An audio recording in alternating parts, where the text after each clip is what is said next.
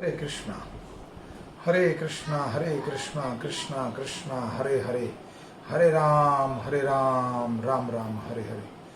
प्रातःकालीन इस भागवत कक्षा में आप सब लोगों का स्वागत है। आध्यात्मिक यात्रा का आज 38वां दिन, 3 जून 2021, विष्णु पितामह स्तुति 8वां दिन।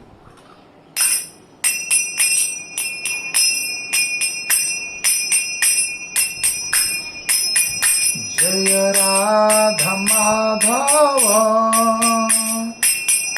कुंज बिहारी, जय राधा माधव कुंज बिहारी, जय गोपी जन वल्लभा गिरवरधारी, जय गोपी जन वल्लभा गिरवरधारी, यशोदानंदन ब्रज जन रंजन, यशोदानंदन ब्रज जन रंजन, यमुना तीरा वनचारी, यमुना तीरा वनचारी। हरे कृष्णा कृष्णा कृष्णा हरे हरे, हरे राम राम राम हरे हरे, हरे कृष्णा कृष्णा कृष्णा हरे हरे, हरे राम राम राम हरे हरे। जय वृंदावन धाम वृंदावन धाम, जय वृंदावन धाम, जय कृष्ण बलराम कृष्ण बलराम, जय कृष्ण बलराम, जय गौरानिताय जय गौरानिताय, जय राधा श्याम सुंदर राधा माधव, जय राधा गोपीनाथ राम, जय राधा मदन मोहन जय राधा गोविंदेव जय राधा राधिका रमन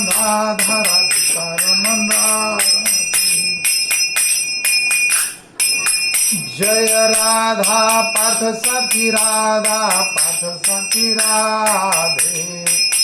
जय राधे श्याम जय राधे श्याम, जय सीताराम लक्ष्मण हनुमान सीताराम, जय लक्ष्मण हनुमान, जय जगन्नाथ जय बलदेव, जय सुभद्रा, जय श्रील प्रभुपाद, जय गुरुदेव निताई गौर प्रेमानंदन हरि हरि बोल। जय ओम विष्णुपाद परमहंस परिवाजकाचार्य अभय चरण विंद भक्ति वेदांत स्वामी श्रील प्रभुपाद की जय। स्कॉन फोंडाचार्य जगत गुरु श्रील प्रभुपाद की जय। गुरु महाराज गुरु परंपरा की जय। जय ओम विष्णुपाद परमहंस परिवाजकाचार्य भक्ति सिद्धांत सरस्वती गोस्वामी ठाकुर श्रील प्रभुपाद की जय। नामाचार्य श्री हरिदास ठाकुर की जय। प्रेम से कहो जय श्री कृष्ण चैतन्य प्रभु नित्यानंद श्री अद्वैत गदाधर श्रीवासादि भक्तवृंद की। श्री श्री राधा कृष्ण गोपीनाथ श्याम कुंड राधा कुंड गिरी गोवर्धन धाम की जय। गंगा मई यमुना मई की जय। नवदीप मायापुर धाम पुरुषोत्तम क्षेत्र जगन्नाथपुर धाम जगन्नाथ बलदेव सुभद्रा महारानी रुक्मणी द्वारिकाधीश की जय। सीताराम लक्ष्मण लाल हनुमान अयोध्यापुरी धाम की जय। द्वारकापुरी धाम की जय। बद्रीनाथपुरी धाम की जय। रामेश्वरपुरी धाम ब्रजमंडल 84 कोसी धाम की जय। अनंत कोटि वैष्णव निताई गौर प्रेमानंदन हरि हरि बोल हरि हरि बोल। हरे कृष्णा। आने वाली 6 तारीख को एकादशी है। ओम नमो भगवते वासुदेवाय। ओम नमो भगवते वासुदेवाय। ओम नमो भगवते वासुदेवाय। नारायणं नमस्कृत्यं नरं चैव नरोत्तमं देवीं सरस्वती व्यासं ततो जयमुदीरयं। नष्टप्रायं सुभद्रेषु नित्यं भागवतं सेवया। भगवते उत्तम श्लोके भक्तिर्भवति नैष्टकी। कृष्णाय वासुदेवाय देवकी नंदनंदनाय च नंदगोपाकुमाराय गोविंदाय नमो नमो। वृंदावन बिहारी लाल की जय। बांके बिहारी लाल की जय। राधा श्याम सुंदर भगवान की जय। कृष्ण बलराम भगवान की जय। निताई गौर सुंदर भगवान की जय। राधा रमण लाल भगवान की जय। हरे कृष्णा। भागवतम प्रथम स्कंद 9वां अध्याय श्लोक संख्या 27। दान धर्माना राजधर्माना मोक्ष धर्माना विभाग च। स्त्री धर्माना भगवत धर्माना समाच व्यास योगता। दान धर्माना राजधर्माना मोक्ष धर्माना विभाग च। स्त्री धर्माना भगवत धर्माना समाच व्यास योगतम। दान धर्माना राजधर्माना मोक्ष धर्माना विभागचम। स्त्री धर्माना भगवत मान धर्मना समाच व्यास योगतम। शब्दार्थ। दान धर्माना दान के कर्तव्य को, राजधर्माना राजाओं के राज्य विशेषक के कार्यकल्पों को, मोक्ष धर्माना मोक्ष के कार्यों को, विभाग च विभाग अनुचार, स्त्री धर्माना स्त्रियों के कर्तव्य को, भगवत धर्माना भक्तों के कार्यों को, समाच सामान्यता, व्यास स्पष्टता, योगतम योग के द्वारा। अनुवाद और तात्पर्य जगत गुरु श्रील प्रभुपाद जी के द्वारा। जगत गुरु श्रील प्रभुपाद की जय। तब उन्होंने दान कर्मों, राज के राज्य विषयक कार्यकल्पों तथा मोक्ष कर्मों की विभागों के अनुसार व्याख्या की। फिर उन्होंने स्त्री तथा भक्तों के कर्तव्यों को संक्षेप में तथा विस्तार से वर्णन किया। ओम अज्ञानम तिमिरंध्यानस्य ज्ञानजनाशलाकया चक्षुरूपम येन तस्मै श्री गुरुवे नमः। श्री चैतन्यो मनोभृष्टं स्थापितं येन भूतले स्वयं रूपं कदा ददाति स्वयं पदात्कितं। वंदे श्री गुरु श्री युत पद कमलम श्री गुरु वैष्णवं च। श्री रूप सांग्रजातम सहगण रघुनाथतम सजीवम श्राद्धेतम सावधूतम परिजन सहित कृष्ण चैतन्य देवम। श्री राधा कृष्ण पदारम सहगण ललिता श्री विशाखा। हे कृष्णा करुणा सिंधु दीन बंधो जगत पते गोपेश गोपिका कांता राधा कांत नमस्तुते।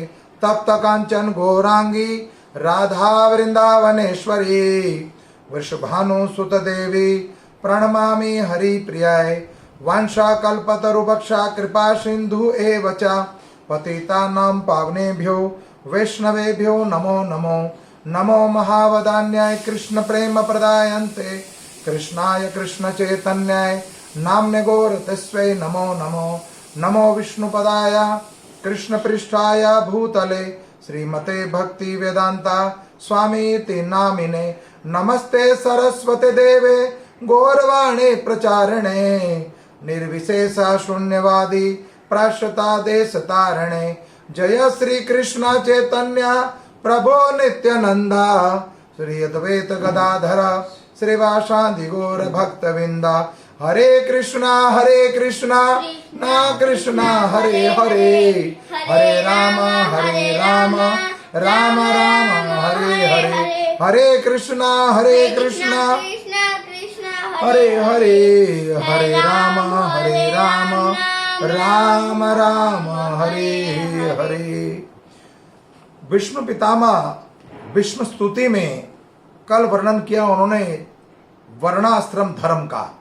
वर्णाश्रम धर्म क्या है? ब्राह्मण क्षत्रिय वैश्य शूद्र, इन चारों जो आश्रम हैं, चारों आश्रम का जो चार संप्रदाय, चार ब्राह्मण क्षत्रिय वैश्य शूद्र, ये चारों आश्रम को वर्णाश्रम धर्म में बताया कि किस किस वर्ग को क्या क्या धर्म का पालन करना है। तो ब्राह्मण का कर्तव्य बताया है यज्ञ करना, यज्ञ कराना, दान लेना, दान देना, और उसके बाद यज्ञ करना और यज्ञ कराना, ये ब्राह्मण के कर्तव्य हैं। इन तीनों वर्णन को क्षत्रिय वैश्य शूद्र, इनको यज्ञ इनके हाथों से यज्ञ कराना है और खुद करेंगे और उनके हाथ से कराएंगे। फिर दान लेना और दान देना, और उसके बाद आता क्षत्रिय धर्म। तो क्षत्रिय धर्म का वर्णन बता दिया गया। यहां पर विष्णु पितामह बताते हैं कि तीनों वर्णन का वो रक्षण करेंगे, ब्राह्मण वैश्य और शूद्र का, ये कर्तव्य है क्षत्रिय का। उसके बाद आया वैश्य धर्म, जो गृहस्थ है, जो वैश्य धर्म करते हैं, जो व्यापार करते हैं, जो बिजनेस करते हैं, उसका धर्म है, उसका कर्तव्य बनता है कि क्षत्रिय ब्राह्मण तथा शूद्रों का पालन पोषण करे वो। उसके बाद आता है शूद्र। तो शूद्र का कर्तव्य है कि तीनों वर्णन की सेवा करे, ब्राह्मणों की भी, क्षत्रिय की भी और वैश्य की भी। तो ये सिद्धांत कल प्रस्तुत हुआ और चारों वर्णन का अच्छे से वर्णन करके अपने पुत्र को युधिष्ठिर महाराज को समझाया। तो आज जो वर्णन बता रहे हैं, जिसमें वर्णन आ रहा है कम से कम जो स्थापित करा गया है यहाँ पर, दान धर्म, राज धर्माना, मोक्ष धर्माना, विभागच स्त्री धर्माना और भगवत भक्त धर्म का। तो यहाँ पर भक्तों का वर्णन, स्त्री का धर्म का वर्णन और दान के क्या क्या वर्णन है। तो इसका सिद्धांत प्रस्तुत करा गया। यहाँ पर दान देना ग्रस्त का मुख्य धर्म है। दान देना ग्रस्त का मुख्य धर्म है और उसे अपनी कठिन कमाई का 50% दान देने के लिए तैयार रहना चाहिए। अगर आज के समय में किसी को बोल दिया जाए कि जो तुम कमाते हो उसका 50% दान दे दो, तो वो तो संभव नहीं है ना। तो आगे देखो क्या यह निवारण निकलता है। ब्रह्मचारी को यज्ञ करना चाहिए और गृहस्थ को दान देना चाहिए, और वानप्रस्थ तथा संन्यास आश्रम को वाले व्यक्ति को तपस्या करनी चाहिए और आत्म साक्षात्कार के पथ पर समस्त आश्रमों के लिए ही सामान्यतः कर्तव्य है। ब्रह्मचर्य जीवन में काफी प्रशिक्षण दिया जाता है, जिससे मनुष्य यह समझ ले कि वह संसारी रूपी संपत्ति भगवान की है, अतः वह कोई भी व्यक्ति संसार की किसी वस्तु का स्वामी होने का दावा नहीं कर सकता। अतः वह ग्रस्त जीवन जो विषय भोग के लिए एक प्रकार की छूट है। तो यहाँ पर ब्राह्मण में क्या बताएंगे, जो कुछ है संसार में, ये ज्ञान कौन देगा? ब्राह्मण ही तो देगा। पहले के समय में गुरुकुल हुआ करते थे, तो गुरुकुल में बच्चों को शिक्षा ग्रहण कराई जाती थी। 25 वर्ष ब्रह्मचारी, 25 वर्ष ग्रस्त, 25 वर्ष सन्यासी, उसके बाद वानप्रस्थी, ये प्राय नियम चलते थे। और जो कुछ शिक्षा ग्रहण करा होती थी वो गुरु के माध्यम से होती थी। तो गुरुकुल ही नहीं रहे, और आजकल के बच्चे गुरुकुल जाना ही नहीं चाहते। उसको तो हाई टेक्नोलॉजी से बना हुआ स्कूल जिसमें एसी लगे हों, अच्छे स्टूडेंट के साथ अच्छे बेंच लगे हो, सारी सुविधा से लेस होना चाहिए हो। वास्तव में गुरुकुल में तपस्या होती थी, तो वहां पर बच्चा जाके पढ़ता था, समझता था, और बाकी जो 4 आश्रम हैं, गृहस्थ, सन्यास और वानप्रस्थी, इसके बारे में सारा ज्ञान होता था। और जब वो ब्रह्मचारी होता था तब उसको सारी शिक्षाएं गुरु के माध्यम से प्राप्त होती थी कि पिता के साथ, गुरु के साथ, मित्रों के साथ, बहन के साथ या माता के साथ कैसा व्यवहार करना चाहिए। उस सारे व्यवहार के संस्कार जो हैं जन्म के साथ ही दिए जाते हैं, जन्मजात। वैसे तो गर्भाधान वो बताया है प्रमाण कि गर्भ में जब संतान हो तभी उसको शिक्षा देना प्रारंभ कर देना चाहिए। तो प्रमाण तो गर्भधान है, लेकिन अगर गर्भधान में कोई शिक्षा नहीं दे पाए अपनी संतान, तो कम से कम उसको गुरुकुल में डाला जाए। और गुरुकुल आज के समय में हॉस्टल बोलते हैं उसको, लेकिन हॉस्टल में वो सुविधा नहीं है। लेकिन आज भी कई जगह पर, जैसे वृंदावन में और सांदीपनि मुनि का आश्रम, उज्जैन में, अयोध्या में, द्वारिका में, कई जगह पर, या जगन्नाथपुरी में, ऐसे कई स्थान है जहां पर गुरुकुल आज भी है। तो हम लोग अपने बच्चों से ज्यादा लाड लड़ाते हैं, प्रेम करते हैं, इसलिए अपनी संतान को दूर नहीं करना चाहते। लेकिन वास्तव में भगवान रामावतार में भी ये लीला करके दिखाते हैं कि विश्वामित्र आते हैं और गुरुकुल लेके जाते हैं। और भगवान जब अपने माता पिता को कारावास से उनको छुट्टी दिला, कारागृह से उनको छुट्टी दिलाते, मुक्त करते हैं, तब नंद महाराज वसुदेव और देवकी अपने पुत्र भगवान श्री कृष्ण को और बलराम जी को सांदीपनि मुनि के आश्रम में भेजते हैं। तो ये नियम इसीलिए बनाए गए थे कि अगर भगवान होकर ये नियम अपनाते हैं तो हम क्यों नहीं अपना रहे हैं। इसीलिए धीरे धीरे संसार से ज्ञान लुप्त होता जा रहा है। तो यहाँ विष्णु पितामह अपने पुत्रों को ये ज्ञान दे रहे हैं, क्योंकि वो तो भगवत धाम जाने वाले हैं। इस संसार को छोड़कर, इस देह शरीर को छोड़कर, जो पंच महाभूत से शरीर बना है उसको छोड़कर भगवत धाम जाना चाह रहे हैं। इच्छा मृत्यु का वर था उनके पास, इससे पहले मैं जाऊं तो अपने बच्चों को ज्ञान दे दूं। उन्हें मनुष्य को भगवान की सेवा के लिए दान देना चाहिए। किसी को भी भगवान की शक्ति के भंडार से शक्ति प्राप्त होती है, अतएव ऐसी शक्ति के द्वारा किए गए कर्मों का भगवान के प्रेमा भक्ति के रूप में अर्पित करना चाहिए। जिस प्रकार नदियां बादलों के द्वारा सागर का जल प्राप्त करती हैं, जो नदी है उन नदी में जल कैसे प्राप्त होता है, बादल जो है वो सागर से जल भर कर लाते हैं, फिर वो वर्षा होती है तो नदी में पानी आ जाता है ना, और वे पुनः समुद्र में मिल जाती है। इसी प्रकार हमारी शक्ति भगवान की शक्ति के परम स्रोत से प्राप्त होती है और हमें उसे भगवान को लौटाना होता है। हमारी शक्ति की पूर्णता इसी में है कि अतः भगवान भगवत गीता में 9:27 में कहते हैं कि हम जो भी कुछ करते हैं, जो भी तपस्या करते हैं, जो भजन करते हैं, जो यज्ञ करते हैं, जो भी खाते हैं, जो दान देते हैं, वे सब कुछ भगवान को अर्पित किया जाना चाहिए। देखिए यहाँ पर वर्णन है कि भक्ति करें, ये पुण्य करें। तो पुण्य और भक्ति कृष्ण अर्पण हो सकती है, लेकिन पाप कर्म कृष्ण अर्पण नहीं हो सकते। तो हम जो भी कार्य करते हैं, सार्थक जो भी काम है, वो कृष्ण अर्पण कर सकते हैं। तो भगवत गीता में भगवान 9:27 में बता रहे हैं। तो उधर अपनी उधार ली गई शक्ति के उपयोग की यदि विधि है, जब हम इस विधि से शक्ति का उपयोग करते हैं तो हमारी शक्ति भौतिक उन्मदा के कलमश से रहित हो जाती है और इस प्रकार हम भगवान की सेवा करने के लिए अपने आदि प्राकृतिक जीवन के योग्य बन जाते हैं। देखिए यहाँ पर प्रमाण दिया गया है कि जो कुछ हम कर रहे हैं, खाना पीना, सुनना, उठना बैठना, कमाना इत्यादि जो भी कुछ करते हैं, कृष्ण की कृपा से हो रहा है। तो सब कुछ कृष्ण का है। वर्णन तो यही आ रहा है यहाँ पर, जीवर नित्य कृष्णदास।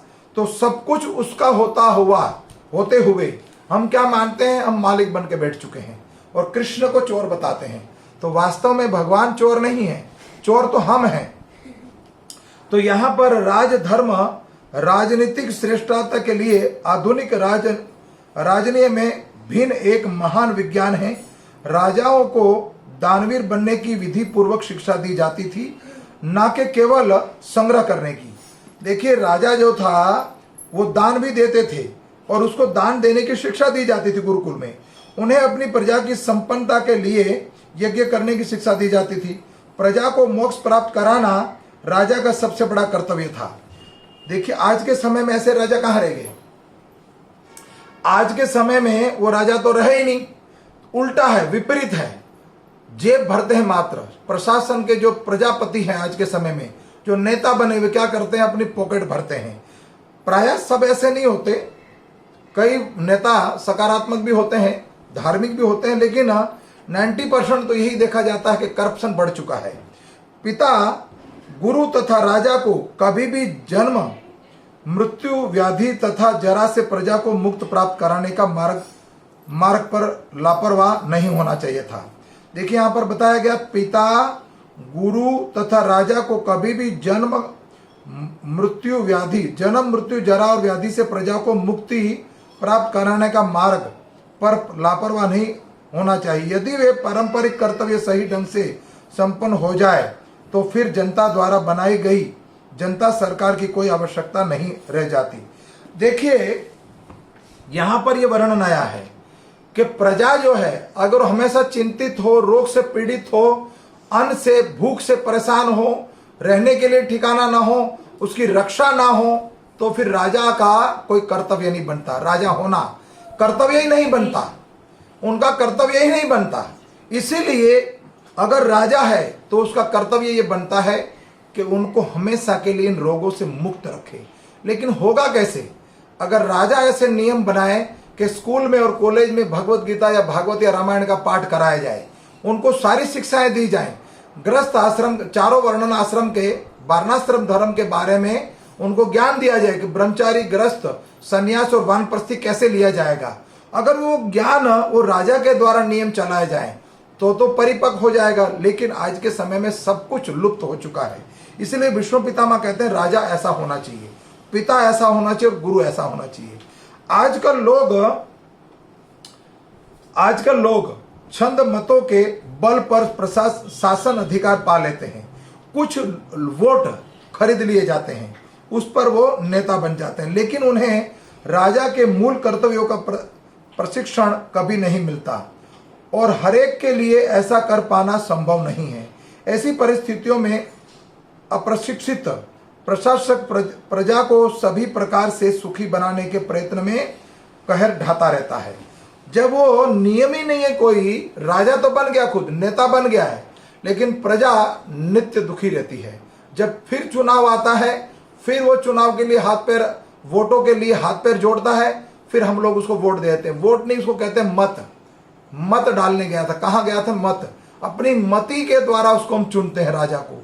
इसलिए ध्यान रहे, जब किसी नेता को चुनते हो तो ध्यान पूर्वक वोट देने से पहले, मत देने से पहले सोचिए सकारात्मक है, आध्यात्मिक, धार्मिक है या व्यक्ति हो, यह करप्ट है।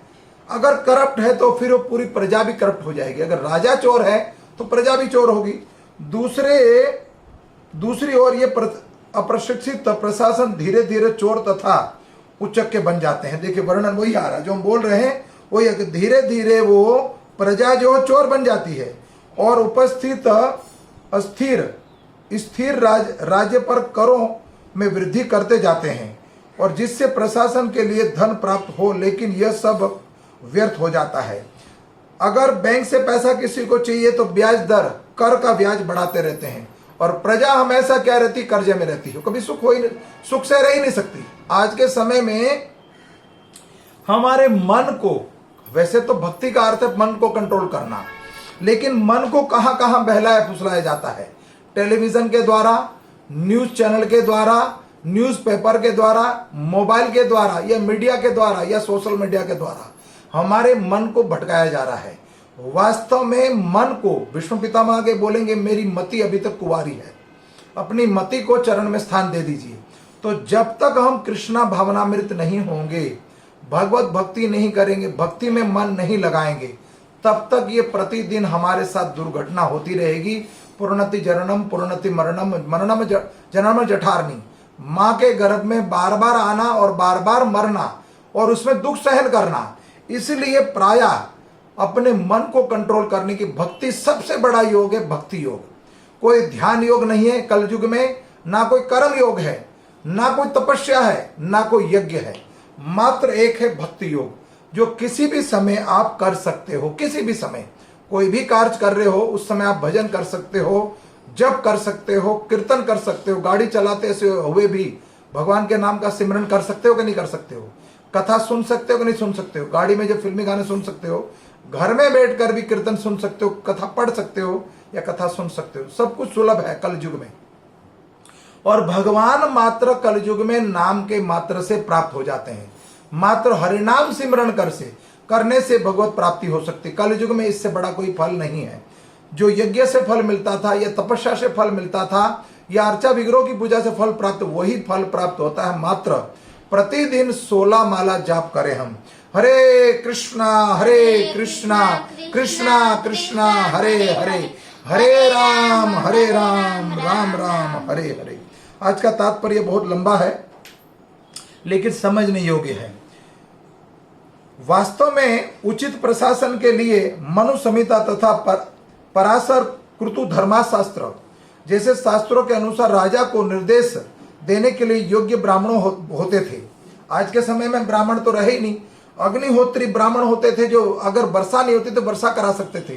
वो सामर्थ होता था ब्राह्मणों के अंदर। वो ऋषि मुनि इतने सारे जो यहाँ पधारे हैं विष्णु पितामह की अंतिम यात्रा के समय, वो सारे के सारे सलाहकार होते थे राजा के। आजकल जिसको एडवाइजर बोलते हो, तो हमें वास्तव में भारत देश को, इस संसार में जितने जीव हैं उसको सही सलाहकार की आवश्यकता है। सही सलाहकार हमें कैसा सलाहकार चाहिए? विदुर जैसा या कपटी शकुनी जैसा? कैसा सलाहकार चाहिए हमें बताइए? विदुर जैसा। अगर विदुर जैसा सलाहकार हो तो भगवत प्राप्ति हो सकती है, भगवत धाम की प्राप्ति हो सकती है और संसार में जितने कष्ट है उससे मुक्ति पा सकते हो। कपटी शकुनी जैसा अगर सलाहकार हो तो सर्वनाश करा दिया कौरवों का। 100 कौरव और 21 119 सोना सर्वनाश करा दिया, है ना।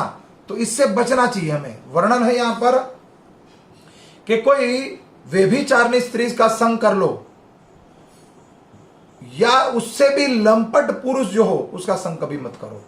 व्यभिचारिणी स्त्री तो वन टाइम, एक बार देह का जो व्यापार करती एक बार, लेकिन जो कपटी लंपट पुरुष है उसका संग कभी मत करो। वो आपको पथ भ्रष्ट करा देगा, भगवत भक्ति नहीं करने देगा। उसके पास 24 घंटे निरंतर स्त्री की कथाएं रहेंगी। इसीलिए लंपट पुरुष का जीवन में संग मत करो। संग करो तो ग्रंथ भागवत और भक्त भागवत का संग करो। तो पहले एक ब्राह्मण सलाहकार होते थे, एक गुणवान राजा जनता का आदर्श होता था। अतः यदि राजा पूर्ण आत्मा, धर्मात्मा, शौर्यवान तथा दानवीर होता है तो जनता भी सामान्यतः उसका अनुकरण करती है। जैसा राजा वैसी प्रजा, जैसे पिता वैसे पुत्र। अगर पिता गुणकारी हो, भक्त हो तो संतान भी ऐसी भक्त बनेगी उसकी। लेकिन अगर संतान ही भक्त नहीं, पिता ही भक्त नहीं है तो कैसे हो सकती है वो? इसीलिए अगर राजा अगर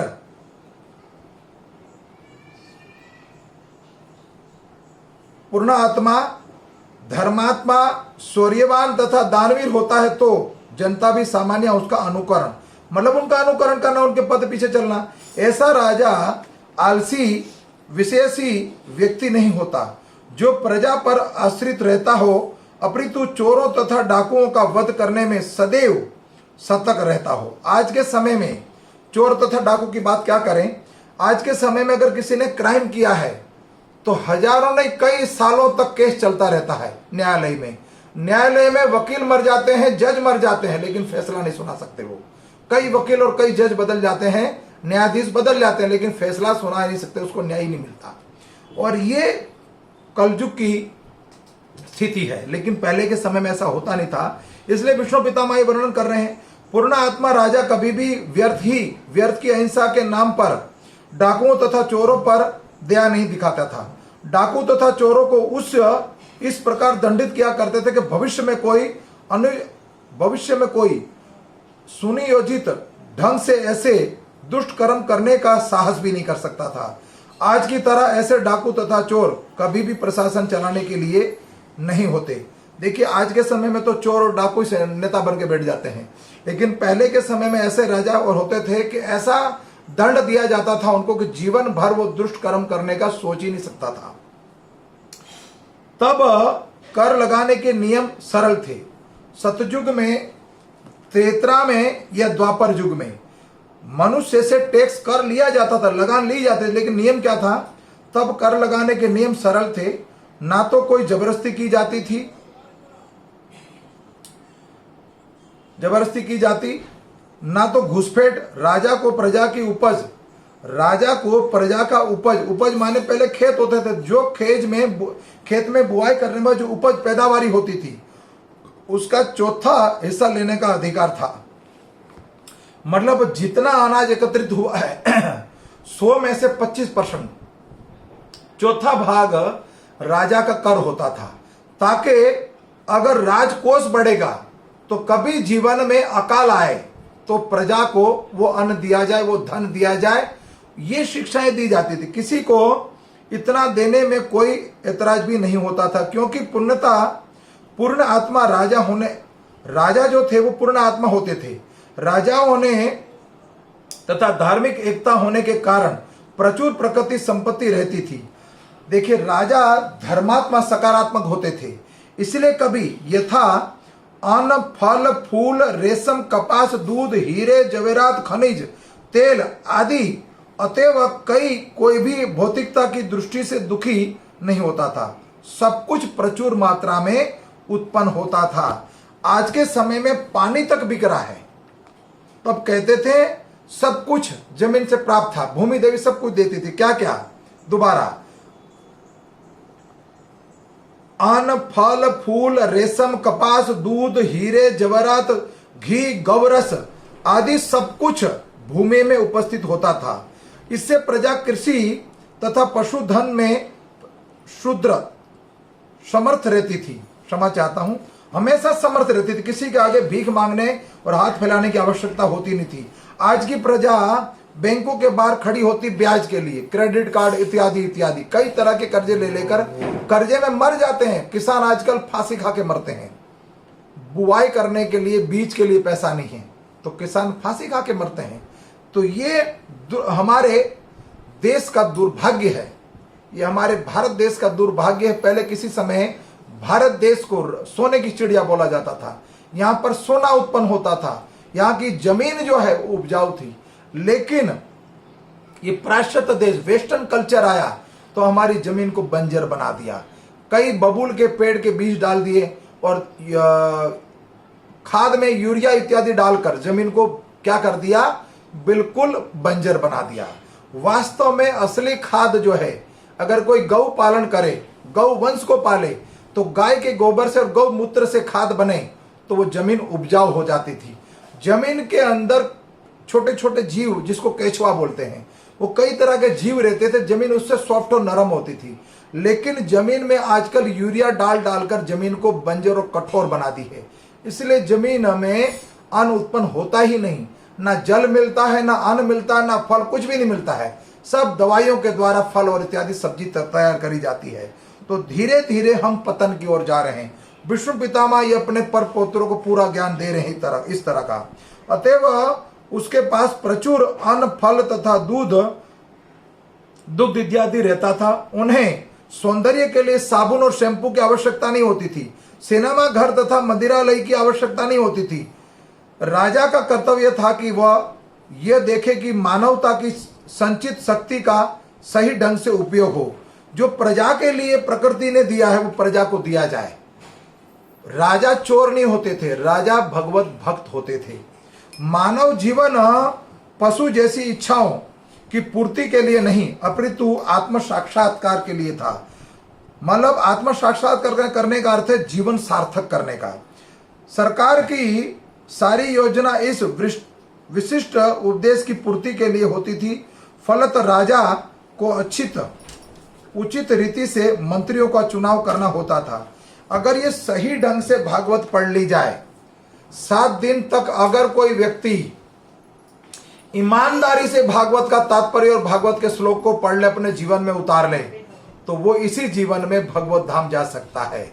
इसी जीवन में ईमानदारी से अगर भजन करे तो यहां पर रोंगटे खड़े करने वाला विश्व पितामह का जो प्रवचन है, जो अपने पोत्रों को ये ज्ञान दे रहे हैं, ये शरीर में रोंगटे खड़े कर देने वाला है। मात्र एक ही श्लोक का इतना बड़ा तात्पर्य, अभी भी तात्पर्य बाकी है। तो विश्व पितामह ये मानव जाति के लिए कितना सुंदर उदाहरण दे रहे हैं। अपने जीवन को सार्थक करने के लिए में भागवतम, रामायण, गीता ऐसे वैदिक शास्त्रों का पाठ करना चाहिए। इसलिए बार बार बोला जाता है ग्रंथ भागवत और भक्त भागवत। अगर हम संग करें तो मतों के बल पर क्या कहा जाता है कि उचित रीति से मंत्रियों का चुनाव करना होता था। मंत्रियों के अंदर उसके गुण, उसके बल का पराक्रम होता था पहले। उसके बाद पहले उसके लिए रखे जाते थे, क्या कहते हैं उसको, हमेशा के लिए एक दूसरों के बीच में कंपटीशन होते थे।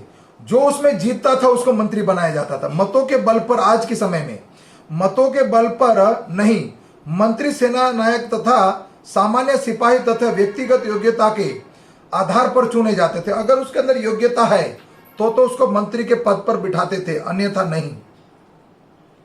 और अपने अपने पदों पर नियुक्त होने के पूर्व राजा उन पर पूरी निगरानी रखता था। राजा विशेष रूप से सतर्क रहता था कि ऐसे तपस्वी छूटे नहीं जो आध्यात्मिक ज्ञान के प्रचार में अपनी प्रत्येक वस्तु का त्याग कर देते थे। राजा भली भांति जानता था कि भगवान कभी भी अपने अनन्य भक्तों का तिरस्कार नहीं कर सकते थे। ऐसे तपस्वी उन चोर उचकों के भी विशेषत्व नायक होते थे जो उन परिस्थितियों में उन तपस्वियों की आज्ञा को का भी उल्लंघन नहीं करते थे। देखिए, अगर राजा धार्मिक हो, वैसे तो बता दिया गया भागवत में कि राजा जो है वो भगवान का प्रतिनिधि होता है। जैसे संसार में जितने जीव हैं, उसके पिता भगवान हैं। ठीक उसी तरह इस मृत्यु लोक में जो राजा, जो शासक है, वो सबका पिता है। इसलिए उसको बोला जाता राष्ट्रपिता या प्रधानमंत्री। प्रधानमंत्री का अर्थ हुआ मंत्रियों में सबसे बड़ा, इसलिए प्रधानमंत्री। जैसे विदुर जी कौरवों की सभा के प्रधानमंत्री थे, लेकिन जब गांधारी पुत्र दुर्योधन ने उसके ऊपर आक्षेप लगाए तो उसी समय प्रधानमंत्री पद से उन्होंने इस्तीफा दे दिया। तो ऐसे राजा होने चाहिए जैसे यहां पर वर्णन है। तो राजा अगर भगवत भक्त हो तो उसकी रक्षा के लिए साक्षात भगवान आते हैं। जैसे हम युधिष्ठिर महाराज के बारे में सुनते हैं, या फिर भगवान राम के बारे में, या दशरथ महाराज के लिए जितने भी राजा हुए हैं, पृथु, प्रहलाद, ध्रुव, सबके लिए साक्षात भगवान आते हैं सहायता के लिए। राजा निरक्षरों, असहायों तथा विधवाओं के विशेष सुरक्षा प्रदान करता था। शत्रु द्वारा आक्रमण किए जाने पर पूर्व रक्षा के लिए सारे उपाय किए जाते थे। मतलब अगर शत्रुओं का आक्रमण तो उससे पहले ही उसकी रक्षा का बंदोबस्त करा जाता था। कर प्रणाली सरल थी और उसका उद्देश्य संचित कोष को बढ़ाना था। कर लेने का उद्देश्य मात्र यह था कि उस राज्य कोष को बढ़ाया जाए, ना ही कि खुद लूटकर अपने घर को भरना। लोगों को लूटना नहीं था। देखिए, वर्णन आज से 5200 वर्ष पहले व्यासदेव कर चुके हैं। जो ये घटना घटित समय घट रही है करी काल में, वर्तमान काल में जो घटना घट रही है, ये 5200 वर्ष पहले व्यासदेव ने ऐसा कोई प्रश्न नहीं छोड़ा जिसका उत्तर ना हो। वो पहले ही इसमें सब कुछ बातों का निवारण कर दिया है।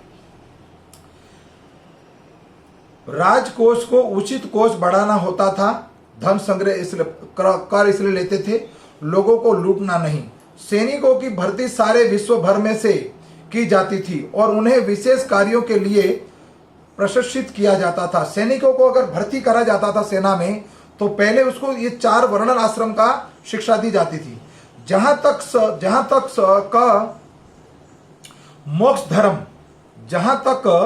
मोक्ष धर्म का संबंध है, मनुष्य को काम, क्रोध, अवैध इच्छाओं पर लोभ तथा मोह पर विजय प्राप्त करनी होती थी। क्रोध पर विजय पाने के लिए मनुष्य को क्षमा करना सिखाना चाहिए। ये कहाँ सिखाया जाएगा? गुरुकुल में। अवैध इच्छाओं से मुक्त रहने के लिए आवश्यक है कि व्यर्थ की योजना ना बनाए। आध्यात्मिक अनुशीलन द्वारा नींद पर विजय प्राप्त की जा सकती थी। सहिष्णुता द्वारा इच्छाओं तथा लोभ पर विजय पाई जा सकती थी। संतुलित आहार द्वारा विभिन्न रोगों से होने वाले उत्पादों से बचाया जा सकता था। जिसका भोजन संतुलित हो, टाइम से हो, दिनचर्या, आहार और व्यवहार, वो कभी बीमार भी नहीं पड़ सकता। और आज इसमें नियम बता दिए किसने कितने समय उठना है। सारे गृहस्थ आश्रम के लिए नियम है। आत्म संयम से झूठी आशाओं से मुक्त हुआ जा सकता है और कुसंगति से बचकर धन संग्रह किया जा सकता है। देखिए, हमारी अगर कुसंगति होगी तो वेश्यावृत्ति होगी, जुआ होगा, नशा होगा और मांसाहार होगा। तो कुसंगति से धन का संग्रह हो सकता है। योगाभ्यास से भूख पर नियंत्रण किया जा सकता था और नश्वरता का ज्ञान होने से सांसारिकता से बचा जा सकता है। जल्दी उठने से वर्णन बता दिया गया यहाँ पर भागवत में कि पहली पोर जल्दी उठने से आलस्य को जीता जा सकता है और तथ्यों की निर्धारण से झूठे तर्क समाप्त किए जा सकते हैं। तो जल्दी का अर्थ क्या है? ब्रह्म मुहूर्त, ब्रह्म स्नान, ऋषि स्नान और मनुष्य स्नान, ये 4 स्नान बताए हैं। 3:30 से 4:30 बजे का जो स्नान है वो ब्रह्म स्नान है। 4:30 से 5:30 का जो स्नान है वो ऋषि स्नान है और 5:30 से 6:30 का जो स्नान है वो मनुष्य स्नान है। 6:30 बजे सूर्य उदय हो जाता है, इसलिए उसके बाद के जो स्नान है वो असुर और राक्षस के स्नान है। ये विष्णु पितामह बता रहे हैं अपने पुत्रों को, ताकि वो शिक्षा ग्रहण करे। वांछालता को गंभीरता से मौन, वांछालता को गंभीरता से मौन द्वारा और भय को पराक्रम से जीता जा सकता है। स्वाध्याय द्वारा पूर्ण ज्ञान की प्राप्ति की जा सकती है। स्वाध्याय माने सत्संग। पूर्ण ज्ञान कैसे प्राप्त होगा? भक्ति करने से। मनुष्य को काम, क्रोध, लोभ, मोह, स्वप्न आदि से मुक्त होना चाहिए, जिससे मोक्ष मार्ग पर प्राप्त कर सके। युधिष्ठिर महाराज के ऊपर धर्मराज युधिष्ठिर को इतने कष्ट आए, लेकिन धर्म का पद नहीं छोड़ा उन्होंने, धर्म को नहीं छोड़ा। जहां तक स्त्री जाति का संबंध है, अब आए स्त्री जाति का। जहां तक स्त्री जाति का संबंध है, स्त्रियों को मनुष्य की प्रेरणा स्रोत मानी जाती है। इस तरह से मनुष्यों में से अधिक शक्तिशाली होती हैं स्त्रियां। पराक्रमी ऐसी शक्तिशाली स्त्रियों द्वारा लज्जा द्वारा नियंत्रित होती थी। अतएव लज्जा स्त्रियों का आभूषण है। लज्जा आभूषण का अर्थ बता दिया। एक बार इस सुरक्षा वाल्यम के अंतरिक्ष होने पर वे व्यभिचार द्वारा समाज का उत्पाद उठ खड़ा होता है, और वैसे व्यभिचारिया का अर्थ है वर्ण संकर की उत्पत्ति। तो यहां पर वर्णन बता दिया कि स्त्री को सुबह की भोर और संध्या सूर्यास्त होने से पहले घर के अंदर रहना चाहिए और सूर्य उदय से पहले उठना चाहिए। माता जो है, बेटी जो है, पत्नी जो है या बहन है, जो स्त्री वर्ग है, वो एक नारी जो है वो हमेशा गुरु का पात्र निभाती है, वो गुरु वर्ग में आती है। अपने संतान को, अपने पुत्र को, अपने पति को, अपने भाई को, अपने परिवार को ज्ञान कौन प्रदान करती है? स्त्री। इसलिए स्त्री अगर इस नियम का पालन करती है तो वो संतान भगवत प्राप्ति कर सकती है। वैसे तो वर्णन आएगा अभी।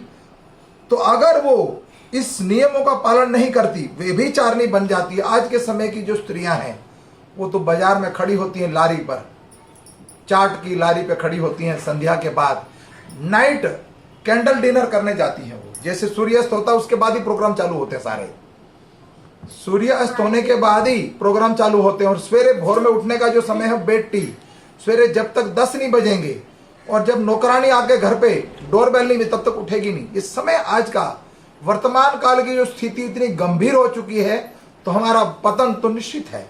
लेकिन हमें बच कैसे पाए? इनसे बचने के लिए मात्र साधु संग। तो अगर ऐसी स्त्री का आचरण रहा तो उससे जो संतान उत्पन्न होगी वो वर्ण संकर होगी। वर्ण संकर का अर्थ है उसमें कोई संस्कार ही नहीं है, पतन हो जाएगा संस्कार का। भीष्मदेव की अंतिम शिक्षा भगवान को प्रश्न करने की विधि से विषय में थी।